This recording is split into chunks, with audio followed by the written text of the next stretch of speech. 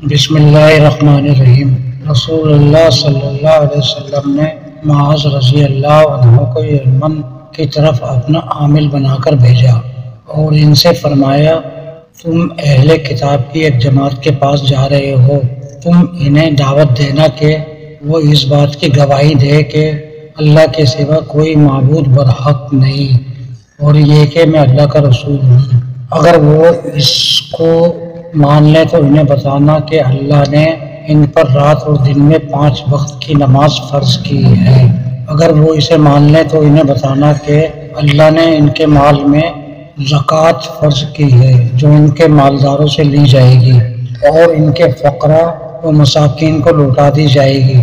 اگر وہ اسے مان لیں تو ان کے عمدہ مال لینے سے اپنے آپ کو بچانا اور مظلوم کی بددعا سے بچنا، اس لیے کہ اور اللہ کے درمیان کوئی پردہ حائل نہیں ہوتا۔